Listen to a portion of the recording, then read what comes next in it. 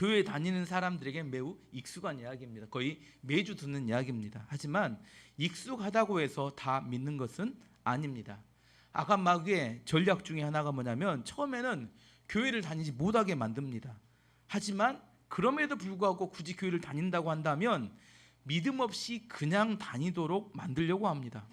신앙생활을 시작하는 초신자들에게는 뭐 그렇게 하면서 점점 신앙이 성장하는 것이지만 교회를 다니지 오래되었음에도 불구하고 믿음이 없이 신앙생활을 하고 있다면 마귀의 전략에 걸려든 위험한 상황입니다. 그래서 마귀의 전략에 그 믿음 없이 신앙생활을 하는 것에 걸려든지를 알 수 있는 4가지 질문이 있습니다. 4가지 질문 한번 보여주면 올바른 믿음을 확인하는 4가지 질문입니다. 첫 번째, 하나님께서 천지를 창조하신 것을 믿느냐? 이 믿음에 대해서 yes, no 대답할 수 있어야 합니다. 이 믿음은 어떤 의미냐면 하나님이 살아계시냐 여기에 대한 이야기입니다. 하나님이 살아계신 것을 믿습니까? 여기에 대한 믿음이 없을 수도 있습니다. 두 번째 질문은 뭐냐면 천국과 지옥을 믿느냐 이야기입니다. 천국과 지옥이 있는 것을 믿습니까? 이야기는 성경이 하나님의 말씀인 걸 믿는지를 물어보는 겁니다. 성경에는 천국과 지옥에 대해서 분명하게 이야기하고 있지만 자기 생각에 천국과 지옥을 인정하지 않는 것은 성경을 하나님 말씀으로 받아들이지 않는 사람이라고 생각할 수 있습니다. 교회 다니는 사람 중에서 그런 사람이 있습니다. 세 번째는 예수님의 부활을 믿는가? 이것은 초월적인 하나님의 기적을 믿는지에 대한 이야기를 물어보는 겁니다. 하나님께서 우리가 생각한 합리와 과학을 뛰어넘는 초월적인 역사를 나타내실 수 있는 분인지에 대한 그것에 대한 믿음을 물어보는 겁니다. 마지막 4번째는 성령의 내주하심과 인도하심을 믿는지. 이야기는 성경의 가장 기초인 신앙 중에 하나인 성삼위일체, 삼위일체 하나님에 대한 신앙을 믿는 것, 물어보는 겁니다. 이건 굉장히 신학적으로 중요한 이야기입니다. 성령 하나님의 내주하심과 인도하심을 믿는지. 이 4가지가 우리가 정말 믿음을 가지고 교회만 다니는지 진짜 믿음이 있는지를 확인하는 중요한 질문입니다. 오늘 셀에서 여기에 대해서 여러분에게 물어볼 겁니다. 정말 진실한 마음으로 내가 믿고 있는지에 대해서 살펴보았으면 좋겠습니다. 이 4가지를 빼고 신앙생활이 아니에요. 교회 생활을 한다는 것은 뭘 의미하냐면 남는 게 뭐만 남냐면 인간의 열심과 인간관계만 남습니다. 하나님에 대한 관심은 전무하고 다만 사람만이 관심의 대상이 되어지는 이유는 4가지의 신앙이 없기 때문입니다.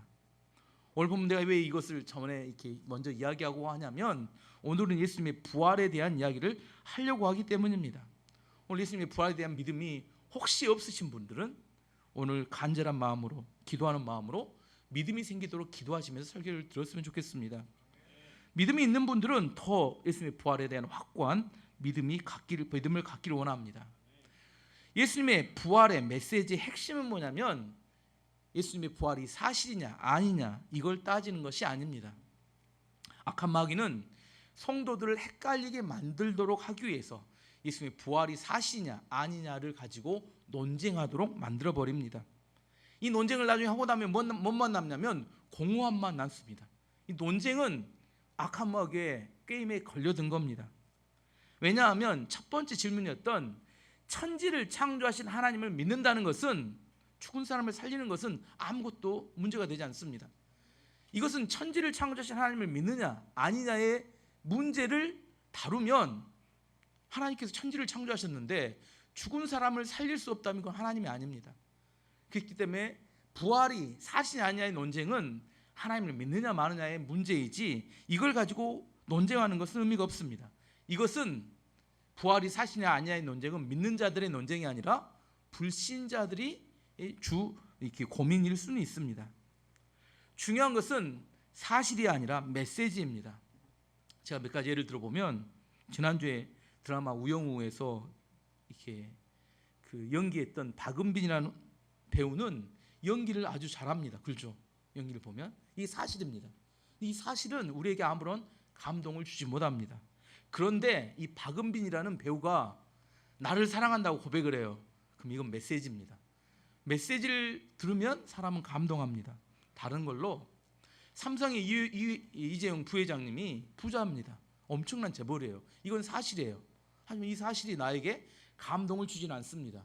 근데 그 이재용 부회장이 저에게 장학금을 준다 그러면 그건 메시지입니다. 무슨 의미냐면 하나님이 살아계신다. 이것은 귀신도 아는 사실입니다. 이 사실이 우리에게 아무런 감동을 주지 않습니다. 살아계신 하나님께서 내가 너를 사랑한다. 이건 메시지입니다. 이 메시지는 우리에게 큰 감동과 능력을 줍니다. 예수님께서 부활하셨습니다. 이건 사실입니다. 하지만 이 사실은 우리에게 감동을 주지 않습니다. 부활하신 예수님께서 내가 너의 죄악을 위해서 부활했다고 이야기하는, 너를 구원하시겠다고 이야기하는 말씀은 메시지입니다. 우리가 부활에 대한 설교를 들을 때 예수님께서 부활하셨다, 이 사실을 우리가 가지고 있는 지식의 하나로 추가하는 것은 아무런 능력이 되지 않습니다. 이 이야기는 교회 다니면 많이 듣습니다. 중요한 것은 부활하신 예수님께서 나에게 주신 메시지가 매우 중요합니다. 그 메시지를 들을 수 있을 때 우리는 위로를 받고 새 힘을 얻게 되고 소망 가운데 살아가게 됩니다.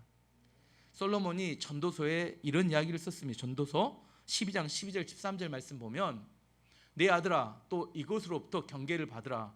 많은 책들을 짓는 것은 끝이 없고 많이 공부하는 것은 몸을 피곤하게 하느니라. 이래 결국을 다 들었으니 하나님을 경외하고 그의 명령을 지킬지어다. 이것이 모든 사람의 본분이니라. 더 많은 지식을 추구하고 그걸 얻게 되면 뭔가 있을 것처럼, 진리 얻을 것처럼 발버둥을 치는 사람들이 있습니다. 하지만 더 많은 지식으로 진리에 도달하지 못합니다. 중요한 건 솔로몬이 이야기합니다. 하나님을 경외함으로 깨달은 말씀을 붙들고 순종하며 지킬 때 그것이 우리의 능력이 된다고 솔로몬은 이야기합니다. 장작불을 피울 때 장작을 계속 넣으면 어떻게 돼요? 질식돼서 죽죠. 불이 꺼져 버립니다. 삶을 살지 않고 계속 지식만 추구하게 되면 사람을 피곤하게 만들고 무능력하게 만들고 맙니다. 예수님의 십자가와 부활도 마찬가지입니다. 그 이야기를 계속 듣는다고 해서 우리 안에 능력이 생기는 게 아닙니다. 십자가와 부활, 오늘 이걸 전하기 원하지만 더 어떤 신비한 이렇게 설교가 필요한 게 아니라 부활의 믿음을 가지고 살아갈 때 그 삶에서 우리는 뜨거운 삶과 열매 맺는 인생을 얻게 된다는 겁니다. 이제 본론으로 들어가 보겠습니다. 예수님께서 종교 지도자들과 빌라도의 불법 재판을 통해 사형 언도를 받았고 6시간 동안 십자가에 매달리셨다가 돌아가셨습니다. 십자가 위에서 보여주신 예수님의 말과 행동과 태도는 정말 놀라운 것이었고, 십자가형을 집행하던 백부장이 이는 실로 하나님의 아들이었도다고 고백을 하죠. 그는 십자가형을 짓던 많은 사람들 중에 예수님이 하나님의 아들이었다는 사실을 그는 십자가에서 깨닫게 됩니다. 예수님이 돌아가신 후 아리마대 사람 요셉이 빌라도 총독을 찾아갑니다. 그리고 장례를 치르기 위해서 예수님의 시체를 내어줬으면 좋겠다고 요청을 합니다. 하지만 그것은 매우 위험한 행동이었어요. 예수님은 정치범으로 십자가형을 지었는데 장례를 위해서 시체를 내주라는 이야기는 내가 그와 같은 편입니다, 이런 이야기입니다. 잘못하면 아리마대 사람 요셉은 부자였고 사내들인 공의회원, 지금 말하면 국회의원이었습니다. 많은 걸 소유하고 많은 지위가 있었던 사람인데 그 모든 걸 다 잃어버릴 수 있는 그런 위기에 빠질 수 있는 헌신이었다는 겁니다. 다행스러웠던 것은 빌라도 총독이 어떤 마음이었어요? 그 사람은 죄가 없는 걸 알았어요, 예수님이. 그럼에도 불구하고 십자가를 지도록 사형 집행하도록 사형을 언도했기 때문에 예수님의 십자가가 부담스럽고 껄끄러웠어요. 그날에도 빨리 처리하고 싶었는데 이 아리마대 사람 요셉이 찾아와서 그걸 좀 어떻게 시체를 내주면 좋겠다고 장례를 치르기 원한다고 했더니 잘됐다, 죽었는지만 확인하고 바로 내줍니다. 근데 이 시간을 따져보면 예수님이 죽은 시간이 오후 3시경에 죽습니다. 근데 유대인의 그 다음 안식일이 몇 시에 시작되냐면 오후 6시가 되면 안식일이 시작돼요. 아리마대 사람 요셉이 장례를 치를 수 있는 시간은 딱 3시간이었습니다. 3시간 동안, 우리나라도 3시간 만에 장례를 치를 수 있나요? 어렵습니다. 3시간 만에 예수님의 시체를 받아다가 세마포로 싸고 그다음에 향품을 뿌린 다음에 그다음에 무덤에, 돌무덤에 안장을 하고 돌무덤의 앞에 입구에 돌을 막아야 됩니다. 굉장히 촉박한 시간이었고, 그렇지 않으면 어떻게 돼요? 안식일에는 장례를 치를 수 없기 때문에 시체가 방치돼야 되는 위험한 상황이 있었어요. 다행스러운 것은 그 모든 일들이 순조롭게 처리가 되어서 예수님의 시체를 무덤에 안장하고 돌문을 막았습니다. 그리고 안식일 하루 동안은 아무도 움직이지 않았어요. 안식일이 지나고 그 다음날 첫째 날이 되니까 새벽에 부산하게 움직이는 여자들이 있었는데 그 여자들이 부활의 첫 증인이 되는데 오늘 1절 2절 말씀에 나옵니다. 안식일이 지나면 막달라 마리아와 야고의 어머니 마리아와 또 살로메가 가서 예수께 바르기 위하여 향품을 사두었다가 안식 후 첫날 매우 일찍이 해돋을 때에 그 무덤으로 가며, 세 명의 여자가 바쁘게 움직였어요. 근데 이 여자들이 움직인 이유는 예수님이 부활하실 거라는 믿음은 전혀 없었습니다. 전혀 믿음이 없었어요. 전혀 그런 기대도 하지 않았어요. 다만 뭐요? 그가 예수님 살아계실 동안에 많은 은혜를 받았습니다. 그리고 그들의 인생이 바뀌었어요. 그래서 은혜를 갚고 싶은 마음에 죽은 시체지만 향품을 발라주기 위해서 그날 새벽에 안식일 때 향품을 준비했다가 불이 나게 움직였습니다. 마가복음을 쓰던 마가는 이 여인들 중에 대표적인 사람 한 사람을 소개합니다. 오늘 9절 말씀 보면 예수께서 안식 후 첫날 이른 아침에 살아나신 후 전에 7 귀신을 쫓아내어 주신 막달라 마리아에게 먼저 보이시니, 막달라 마리아라는 여자, 그 여자들 중에 한 명을 소개합니다. 막달라 마리아는 신약성경에서 예수님의 어머니 마리아를 제외하고는 가장 헌신적으로 예수님을 섬겼던 여자입니다. 이 여자에 대해서 몇 가지 살펴보면 막달라 마리아는 과거에 7 귀신에 걸려서 정신질환을 앓고 있었던 여자였습니다. 귀신 들린 사람은 두려움과 공포에 질려서 정상적인 삶을 살지 못합니다. 성경에 귀신 들린 대표적인 사람으로 거라사 지역에 군대 귀신 길렸던 사람의 모습이 나옵니다. 마가복음 5장 2절 5절 말씀 보면 배에서 나오심에 곧 귀신 들린 사람이 무덤 사이에서 나와 예수를 만나니라. 그 사람은 무덤 사이에 거처하는데 이제는 아무도 그를 쇠사슬로도 맬 수 없게 되었으니, 이는 여러 번 고랑과 쇠사슬에 매었어도 쇠사슬을 끊고 고랑을 깨뜨렸음이로라. 그리하여 아무도 그를 제어할 힘이 없는지라. 밤낮 무덤 사이에서나 산에서나 늘 소리를 지르며 돌로 자기 몸을 해치고 있었더라. 정리해보면 이런 겁니다. 이 사람은 어디 살았어요? 집에 살지 않고 무덤 사이에 살았습니다. 귀신 들린 사람들은 집에 잘 안 살아요. 밖을 헤매고 돌아다닙니다. 두 번째는 다른 성경은 옷을 잘 입지 않습니다. 왜냐하면 너무 생각이 복잡하기 때문에 자기의 몸을 돌볼 여력이 없어요. 정신병원에 가보면 정신과 입원한 사람은 대부분 지저분합니다. 머리도 안 감고 막 땀발에 옷도 막 이상한 걸 입고 있어요. 왜 그냐고 물어보니까 뭐라고 저희 환자가 이야기했냐면 너무 바빠서 돼요. 병원 안에 있으면 너무 바쁘대. 일하는 것도 아니고 밥을 뭐 하는 것도 아닌데 새끼 먹고 너무 바빠. 왜 바쁘냐면 머리 안에서 계속 갈등합니다. 물어보면 어떤 분을 만나서 물어봤더니 자기는 지금 성경책을 새로 쓰고 있대요. 옆에 보여줍니다. 성경책을 이렇게 마태복음도 쓰고 다 쓰대요. 새로 자기가 작성하고, 어떤 분을 만났더니 찬송가를 새로 찬송집 하나 개편하고 있습니다. 바빠요. 뭐가 바쁩니다. 그래서 자기 몸을 돌볼 시간이 없습니다. 그래서 옷을 못 입고 다니는 겁니다. 세 번째는 소리를 지르고 돌아요. 괴로워서. 왜 그러냐면 마음속에 막 여러 가지 갈등들이 일어나기 때문에 막 괴성을 지릅니다. 네 번째는 너무 힘들어서 자기 몸을 자해합니다. 혹시 여기 계시면 귀신 들린 겁니다. 이런 특징이 나타납니다. 막달라 마리아는 여기서 나오지만 이와 똑같은 삶을 살진 않았지만 귀신이 주는 정죄함과 더러움으로 정상적인 삶을 살지 못했습니다. 그런데 예수님께서 7 귀신을 쫓아줌을 통하여 그는 잃어버렸던 정상적인 삶을 회복하게 됩니다. 이걸 은혜라고 합니다. 이런 은혜 받았던 막달라 마리아가 어떻게 살아갔느냐면 예수님의 사역을 헌신적으로 뒷바라지 합니다. 누가복음 8장 1절에서 3절 말씀 보면 그 후에 예수께서 각 성과 마을에 두루 다니시며 하나님의 나라를 선포하시며 그 복음을 전하실새 12 제자와 함께하였고 13명이 돌아다니는 겁니다.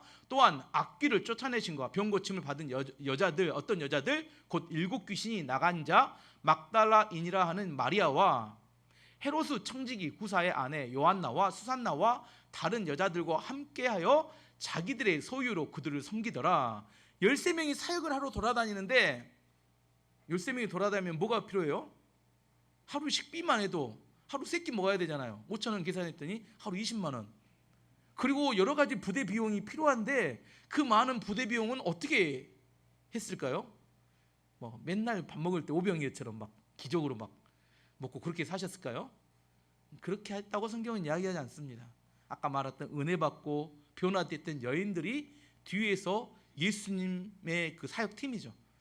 제자들과 사역팀의 모든 비용을 소유하는데 자기들이 헌신해서 드렸다고 성경은 이야기합니다. 그때 그 리더가 누구였냐면 막달라 마리아였다고 성경은 이야기하고 있습니다. 세 번째, 예수님께서 십자가에 돌아가실 때 예수님 옆을 끝까지 지켰습니다. 요한복음 19장 25절 말씀 보면 예수의 십자가 곁에는 그의 어머니와 이모와 글로바의 아내 마리아와 막달라 마리아가 섰는지라. 예수님의 임종을 누구는 다 도망가 버렸는데 예수님의 제자들은 다 도망쳐 버렸는데 이 여자들 그중에 막달라 마리아가 예수님의 임종을 또 지키고 있었습니다. 그리고 오늘 본문에 예수님의 부활의 첫 증인으로 등장하는 게 막달라 마리아입니다. 예수님이 부활하셨어요. 부활하시면 누구에게 처음 보여줘야 할까요? 베드로나 요한 같은 수제자들. 제자일까요? 아니면 부모님일까요? 마리아나 요셉 같은 부모님도 궁금할 거 아니에요. 부모님에게 보여줄 수 있잖아요. 아니면 자기를 심하게 핍박했던 대제사장, 원수 같은 놈들 있잖아요. 빌라도 총독, 죽은 줄 알았지. 저만 그런가요? 저만 또 이상한가요? 저는 그럴 것 같은데 나를 핍박했던 사람들한테 뭔가 이렇게 보여주고 싶고, 아니면 정말 내가 사랑했던 부모님, 아니면 나의 수제자들 보여줄 것 같은데 그 사람들이 보여준 게 아니라 7 귀신 들렸다가 회복되었던 막달라 마리아에게 첫 부활의 증인으로 보여주었습니다. 인터넷을 찾아보면 부활이 역사적 사실인가에 대한 증거에 대한 자료를 찾아보면 10가지, 20가지, 100가지도 많이 나오는 엄청난 자료가 나옵니다. 근데 그 자료를 읽어보면 감동이 안 돼요. 그 자료를 읽는다고 해서 믿음이 생기지도 않습니다. 그러면 어떻게 예수님의 부활에 대한 믿음이 생길까? 어떻게 하면 믿음이 생길까요? 중요한 것은 우리에게 믿음이 생기는 게 중요합니다. 부활에 대한 이야기를 아무리 들어도 오늘 또 여러분 듣고 가시지만 믿음이 생기지 않으면 아무런 의미 없습니다. 나하고 상관없는 사실 하나 추가됨. 어떻게 하면 부활신앙에 믿음이 생기느냐? 부활하신 예수님을 만나면 됩니다. 막달라 마리아가 예수님을 만남으로 그의 믿음이 생겼던 것처럼 한 가지 물어볼게요. 부활을 믿는다면 예수님은 지금 살아계실까요? 죽을까요? 살아계실까요? 살아계신다고 이야기하는 사람이 믿는다는 거 아닌가요? 죽었으면 그때 끝난 거죠. 막달라 마리아만 부활의 예수님을 만났을까요? 지금은 안 만나주실까요? 에레미야 29장 12절 13절이 이렇게 말합니다. 너희가 내게 부르짖으며 내게 와서 기도하면 내가 너희의 기도를 들을 것이요 너희가 온 마음으로 나를 구하며 나를 찾을 것이요 나를 만나리라. 하나님의 말씀입니다. 어떻게 하면 하나님을 만나느냐에 대해서 성경은 뭐라고 이야기하면 온 마음으로 나를 찾고 찾으면 내가 만나주겠다고 약속하십니다. 하나님께서 자신을 인간인 우리에게 보여주는 것을 신학 용어로 계시라고 합니다. 계시는 하나님께서 우리 볼 수 없어요. 하나님이 선택하시는 겁니다. 내가 이 사람에게 나를 보여주겠다. 그러면 볼 수 있는 겁니다. 하나님이 우리에게 보여주시지 않기로 결정하시면 우리는 아무리 노력해도 하나님 만날 수 없습니다. 하지만 하나님께서 우리에게 자기 자신을 보여주기로 결정하시면 우리가 하나님을 만날 수 있기 때문입니다.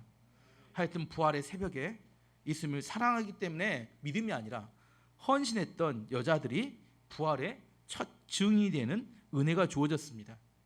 이 여자들이 예루살렘 교회가 만들어지고 수만 명의 교회가 되고 수많은 가정교회에서 성도들이 모일 때 인기 초청 강사가 됐을 겁니다. 뭘 봤기 때문에? 부활의 예수님에 대해서 누구에게 들어봐야 돼요? 처음 만났던 그 여자들이 만났을 때 이건 설교가 아닙니다. 생생한 그들의 간증.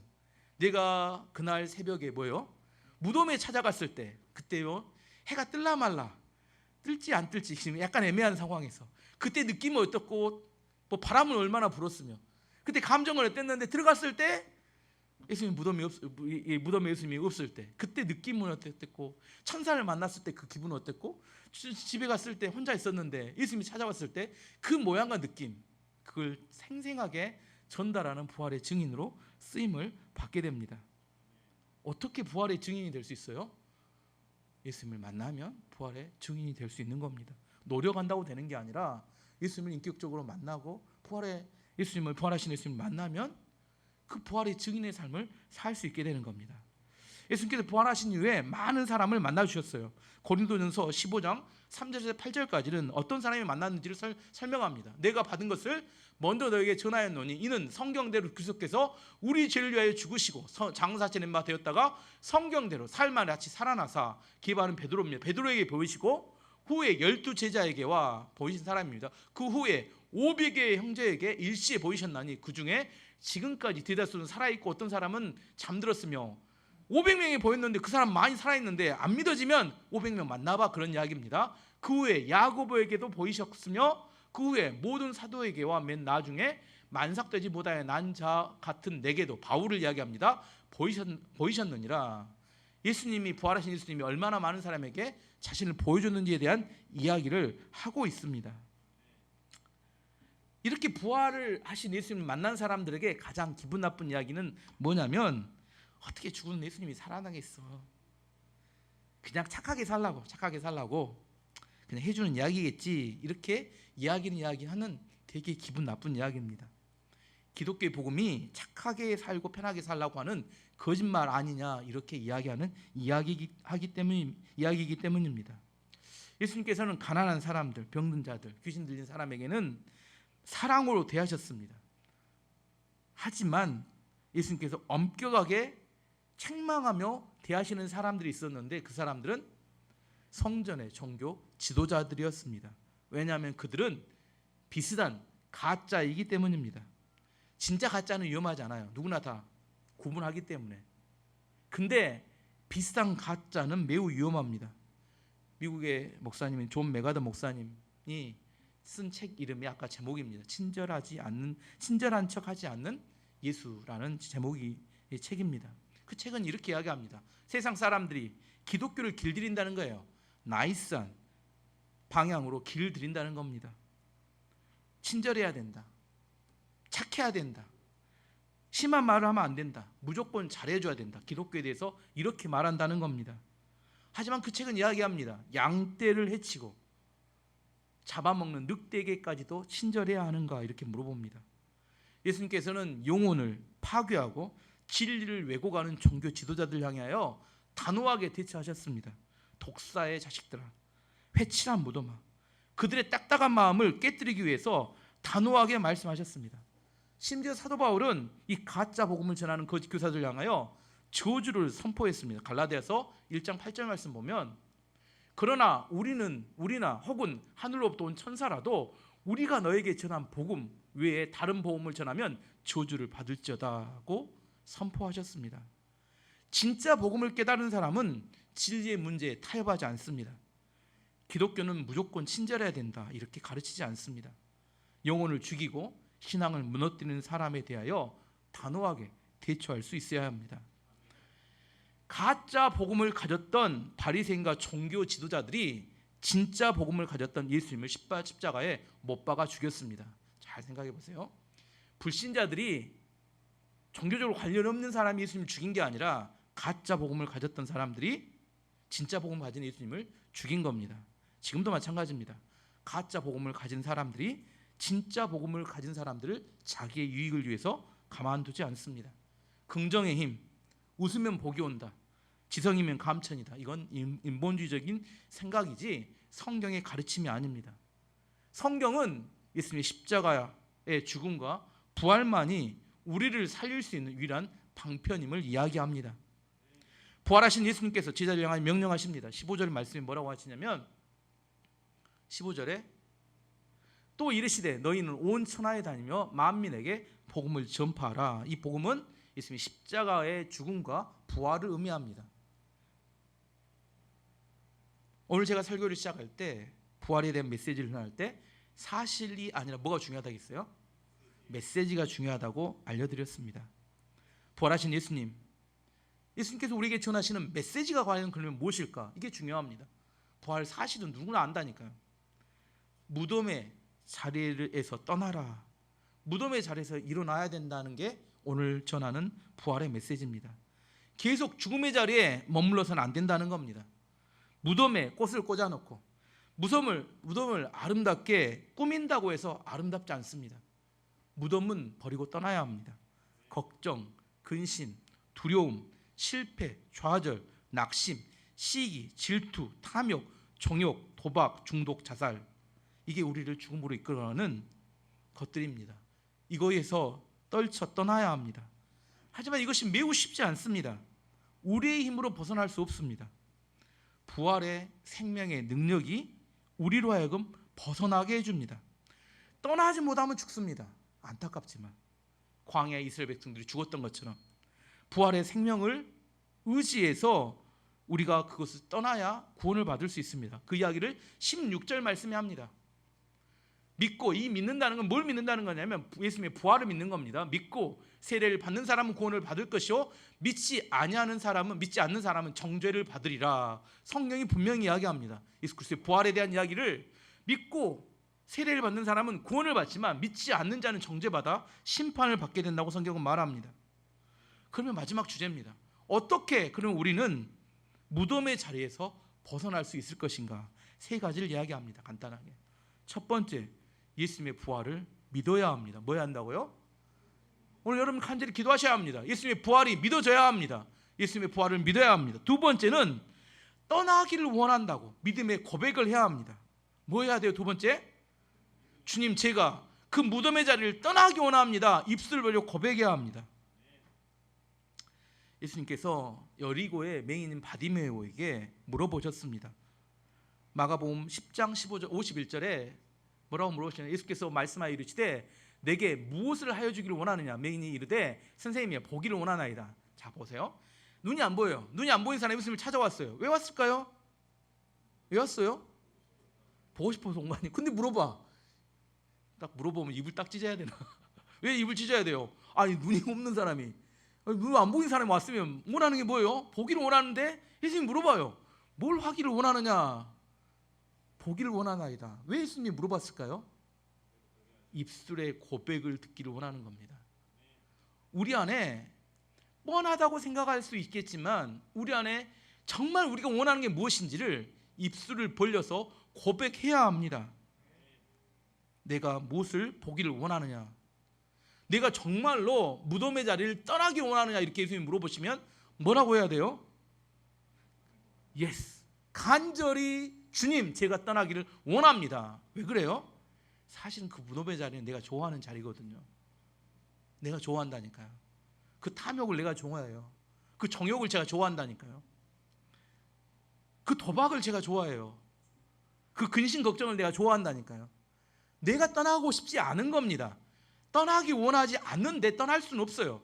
내가 입술을 벌려서 정말 간절히 그 자리를 벗어나기를 원하는지 여러분에게 물어보세요. 왜 내가 떠나지 못하고 있는지. 떠나지 않으면 안 됩니다.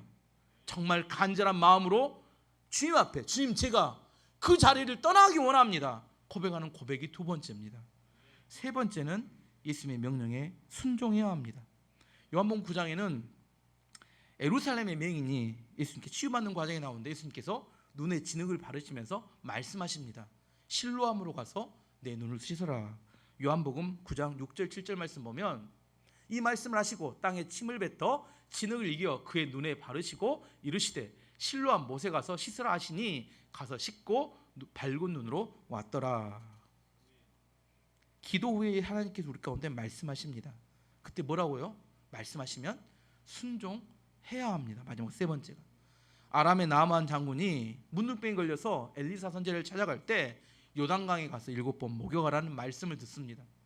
목욕하지 않으면 낫지 않습니다. 7번 목욕해야 그에게 기적 같은 일이 나타납니다. 아무것도 하지 않는데 열매가 맺어진다. 그러기 어렵습니다. 순종은 뭐에 대한 표현이냐면 우리가 진짜 믿음이 있는지에 대한 표현입니다. 첫 번째가 부활에 믿음이 있어야 되는데 믿음이 있는지 없는지 어떻게 알아요? 진짜 믿음이 있으면 순종합니다. 하지만 믿음이 없는 사람은 움직이지 않아요. 제가 항상 인터넷에 합니다. 불 속에 손을 집어넣고 기도합니다. 하나님, 제 손이 화상을 입지 않게 해주십시오. 그럼 하나님 뭐라고 하신다고요? 그만 기도하고 손 빼라 이렇게 이야기한다. 그만 기도하고 손 빼라. 손 넣지 말고 손 빼라. 손 빼라. 무덤의 자리를 떠나야 합니다. 그 손 놓고 있으면 아무것도 안 하고 있으면서 화상이 안 입게 해주라는 기도는 입 아픈 이야기입니다. 백날 기도해도 의미 없는 기도입니다. 손 빼면 화상 안 입을 수 있습니다. 17, 18절이 이렇게 우리에게 마지막 강조해서 이야기합니다. 믿는 자는 부활을 믿는 자라고 했습니다. 믿는 자에게는 이런 표적이 따르리니 곧 그들이 내 이름으로 귀신을 쫓아내며 새 방언을 말하며 뱀을 집어 올리며 무슨 독을 마실지라도 해를 받지 아니하며 병든 사람에게 손을 얹으듯 나으리라 하시더라. 1세기 당시에 믿는 자 부활의 생명의 능력이 임한 자에게 나타난 놀라운 초자연적인 표적에 대한 이야기를 설명합니다. 귀신이 쫓아나가며 방언을 말하고 뱀의 독을 마실지라도 죽지 않고 병든 자에게 손을 얹는 즉 나으리라. 1세기 당시에 지금도 동일하게 이렇게 똑같이 나타날 수 있지만 우리가 뱀을 잡을 일이 무슨 일이 있겠습니까? 21세기형으로 표현하자면 우리 안에 부활의 생명의 능력이 덧입혀지면 우리가 평소에 하지 못했던 놀라운 표적 같은 부활이 확실해, 예수님의 부활이 확실히 부활의 생명의 능력이 있어라고 느낄 수 있는 놀라운 표적 같은 일이 우리 삶에 나타난다는 겁니다. 우울증이 떠나가거나 불치병이 치유가 되거나 아니면 우리 안에 자녀들의 어려움에서 벗어나거나 사업의 위기가 문제가 해결되거나 아니면 성경에 나왔던 그런 표현들로 똑같은 역사가 나타날 수 있습니다. 중요한 게 뭐냐면 표적입니다. 부활하신 예수님께서 우리와 함께 하시고 부활의 생명의 능력이 있다는 사실을 우리가 초자연적인 능력으로 우리가 깨닫고 알게 될 거라고 성경은 이야기하고 있습니다. 예수님의 부활의 생명은 어떤 죽음의 세력도 이겨낼 수 있습니다. 악한 마귀는 세상을 탐욕적으로 그다음에 중독적으로 만들어서 죽음의 물결을 통하여 믿는 성도들을 죽이려고 덮치고 있습니다. 느낄 수 있어야 합니다. 그 죽음의 세력으로부터 이겨낼 수 있는 방법은 우리의 힘이 아니라 부활의 생명의 능력 대신 예수 그리스도의 능력으로 덧입혀지면 됩니다. 생명의 문화와 죽음의 문화가 전쟁 중입니다. 부활의 생명의 능력이 믿음으로 다가오고 그것이 우리 안에서 믿는 자의 표적으로 우리 삶을 드러나게 될 때 우리는 얼마든지 세상의 죽음의 세력을 이겨낼 수 있습니다. 우리의 힘으로는 불가능합니다. 우리가 위기에 빠질 때 막막한 곳에서 그건 다 여러분의 상황 따라 다를 거라고 생각합니다. 그 상황에서 예수님의 이름을 부르며 예수님의 부활의 생명의 능력이 덧입혀지고 그 모든 생명을 이겨낼 수 있는 우리 삶에 충만해지는 생명의 능력이 나타날 때 우리는 놀라운 기적의 역사를 경험하게 될 겁니다. 몇 차례 이야기했지만 에스겔 40장에 나오는 성전의 미문을 통해 나왔던 물이 무릎을 차고 발목에 차고 무릎에 차고 허리를 차고 수용할 만큼 많아지는 것이 바로 이 부활 생명의 능력이 어떻게 세상을 이겨나간지에 대한 그 시각적인 그런 모습을 이미지로 보여주는 겁니다. 처음에는 생명의 능력이 적은 것 같아요. 하지만 그 생명의 능력이 결코 작지 않습니다. 점점 커져가면 세상에 마귀의 그 죽음의 세력도 이길 만큼 커다란 강물이 되어서 세상에 많은 열매와 생명을 맺게 하는 그런 능력이 될 수 있습니다. 중요한 게 뭐예요? 우리에게 믿음이 필요합니다. 과연 예수의 십자가의 죽음은 십자가의 부활은 모든 죽음을 이겨낼 수 있는 원동력과 시작을 우리에게 주었습니다. 여러분 그것을 믿고 우리가 기도하고 그것을 점점 키워나가서 세상의 죽음을 이겨낼 수 있는 믿음의 교회와 성도가 되시기를 축원합니다. 마지막 결론만 맺도록 하겠습니다. 예수님의 복음은 친절합니다. 예수님의 복음은 친절합니다. 하지만 친절한 척하지는 않습니다. 생명을 살릴 수 있다면 두꺼운 껍질을 깰 수만 있다면 책망도 나무라기도 하십니다. 예수님의 부활은 사실이지만 사실이 중요한 게 아니라 메시지가 중요합니다. 무덤의 자리에서 일어나서 떠나가야 합니다. 떠나가는 방법은 세 가지라고 했습니다. 예수님의 부활을 믿어야 합니다. 죽음의 자리를 떠나기를 원한다고 입술에 고백이 있어야 합니다. 마지막 세 번째, 하나님의 약속의 말씀을 따라 순종해 가야 합니다. 이번 한 주 정말 부활의 생명으로 우리 인생이 바뀌고 우리 삶이 바뀌는 축복과 은혜가 있기를 축원합니다.